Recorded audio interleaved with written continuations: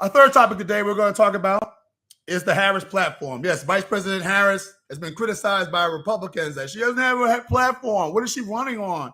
What is she not like she doesn't have 3.5 years of the most incredible legislative accomplishments of any administration in the last 50 years, more than Donald Trump, more than Barack Obama. You know how much I love Barack Obama, more than anybody, more than Ronald Reagan, the success of the Biden administration. That's her record too. You know why? Because she's the 51st vote in the Senate. So everything that passed is because of her vote. So the CHIPS Act, the infrastructure bill, all those kinds of things that we love, keeping insulin down to $35 a month for seniors, all of the many bills that were passed that have been good, including, hello, black people who say that Biden never done enough for black people, just black people. First of all, neither is Donald Trump. But the second thing is that they did. $2.2 billion the Department of Agriculture is about to pay right now due to this discrimination over the years to who? Black farmers. Look it up. Don't take my word for it. But I digress. But VP Harris needs to have a platform that appeals to moderate voters to win. I've said it before, and I'm going to say it again. It needs to be a combination of populist positions that appeal to the majority of Americans that polling can show you, which may be progressive. I'm not saying she has to run from progressive policies like voting rights protection and the women's right to choose and economic security, all those kind of things. But she has an opportunity here to develop a comprehensive plan in the same way that Joe Biden, although loyal to a lot of the programs and initiatives of the Obama administration, when he charted his own course, Joe Biden charted his own course.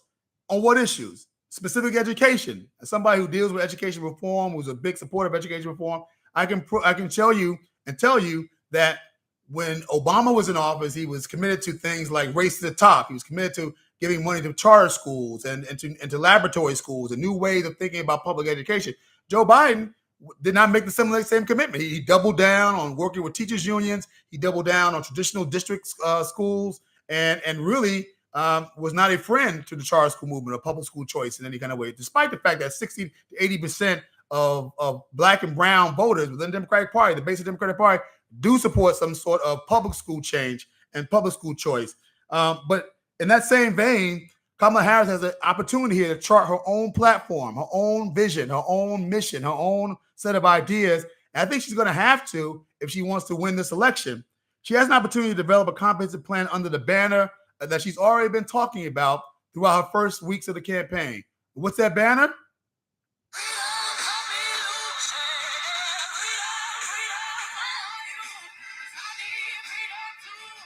Okay, so I don't get it straight. Freedom. We have to make sure that under the banner of freedom. Now, why is freedom the top line, the top headline and title of all the programs that she should put underneath it? Because freedom is typically a Republican calling card. Freedom, liberty, right? She started off the campaign with the song. She started the campaign talking about freedom, and I think it is a great framing for all the positions she ought to be taking going forward in this election. What kind of freedom am I talking about? She should be talking about the freedom to vote, to make sure she protects voting rights protection, right? To make sure that we reverse at the federal level all the things that the states put in to try to make sure that black folks can't drink water online, or the fact that they made early voting very difficult, cut down the amount of time that you can do early voting, all in an attempt to make sure that a Democrat never wins a state like Georgia ever again. These things are highly unconstitutional. So the freedom to vote, supporting the John Lewis Freedom to Vote Act in Congress, the freedom to be safe from gun violence by pushing sensible reforms on gun control. And let me just say this about the NRA. The NRA, if you check your history, again, if you're not just, sort of looking through blinders and know your history from about 10 or 15 years ago, the NRA, the National Rifle Association, used to be for sensible gun control. Did you know that? Because it was about gun protection and being smart use of your guns. Yes, on the record, in the Congressional Quarterly, you can see lots and lots. Now, this is 30, 40, 50 years ago at this point, but they were supporting reasonable, rational gun control.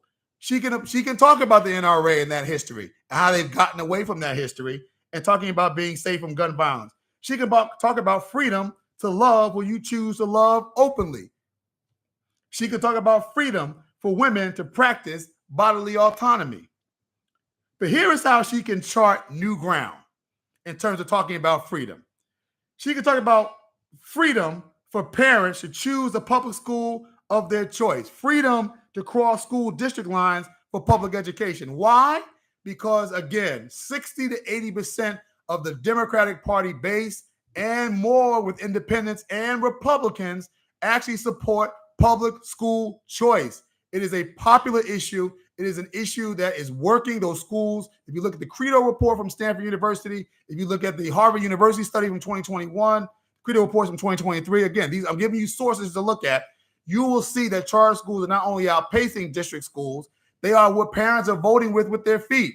The report from my own organization showed that within 2 years after COVID, enrollment plummeted for traditional district schools. 1.3 million kids left traditional district school system.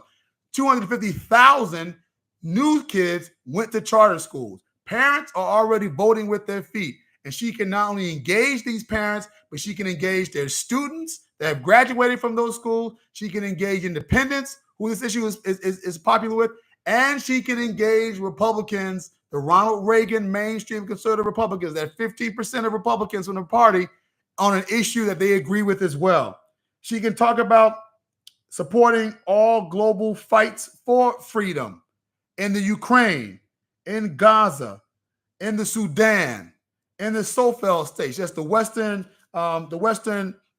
African states, Southwest African states that have basically pulled away from colonialism in a pursuit of self-determination, creating their own currency, creating their own systems of government so that they're not wedded under old colonialist leadership and nations. She can embrace that. She can embrace that kind of freedom for those states as well as the big name places like the Ukraine and Gaza, and give more attention to the Sudan. She can talk about a freedom of opportunity. Yes, opportunity zones. Yes, I know Donald Trump likes to take credit for opportunity zones, but guess what the secret is about opportunity zones? Come in close. Come in real close. For all his talk about, I passed the law, I signed into law to help Black people in their communities, he didn't put forth the regulations. He never promulgated regulations. There's not one opportunity zone any place in America. Signed the law, never implemented. Yeah.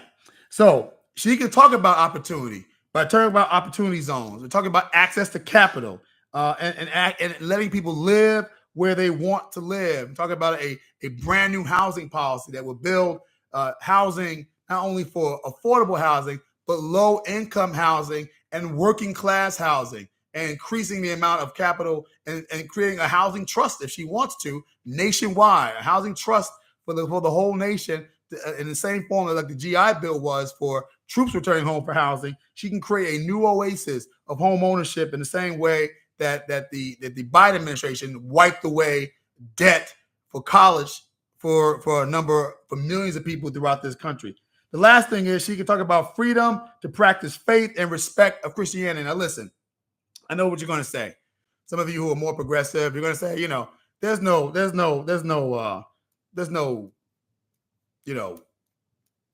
people disrespecting Christianity. That's the right talking like that. No, it's not. You take it from a Christian, right?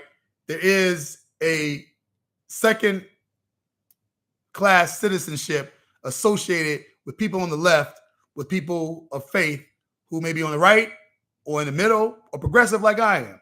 How do I know this? C.J. Stroud, quarterback for the Texans. Every time he gets on camera, talks about what? My love for God and Jesus. I wouldn't be here if it wasn't for God. They have literally cut on 2 occasions his comments about God and Jesus. That's not second-class citizenship? Okay, let's go a little further.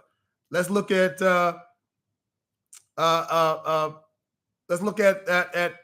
Gaza situation, right? It's almost like you have people who are LGBTQIA plus who are out there saying we're gay and we support Gaza. Do you remember what happened in England? Muslim folks tore down their signs, but people are still saying I support them and whatnot. I don't care if they don't. They actually the sentence is death in many countries for people who are gay and lesbian. Now, that's how most of Hamas feels. That's how most of the Palestinians who are deep in their Muslim faith and their Islamic faith feel in a sense about gay people. I'm not saying all, but I'm saying there's a number of them in terms of where they stand. But now let a Christian say something similar or less harsh than that, and we're bigots, and we're anti-gay, anti-homosexual, all those kind of things, right? I'm just saying there's more appreciation for that than it is for Christians who may be feeling the same thing and not talking about it that way. There is a real sort of respect for other religions that does not exist here. And I'm not trying to say we can have one religion in America. That's ridiculous. I would never say that, because that's not what the founders wanted. The founders didn't even want a religious or a one religion country. They specifically set the Constitution up, and the Federalist Papers and the Anti-Federalist Papers both adhere to that. But she can talk about her freedom to practice faith and in respect of all religions, and make sure that Christianity is included in that. Again, another point of contention, another point of freedom, another way to bring in the left and the right and independence in ways, and talking about things that Democrats have not talked about in decades. So I hope that we are talking about freedom. I hope we talk about freedom. And I hope we talking about a new set of policies and priorities that will separate Kamala Harris from Joe Biden and maybe even traditional Democratic ways of doing things, and open up a big tent, which Donald Trump has not done, and create a bigger coalition. And it all starts with the word freedom.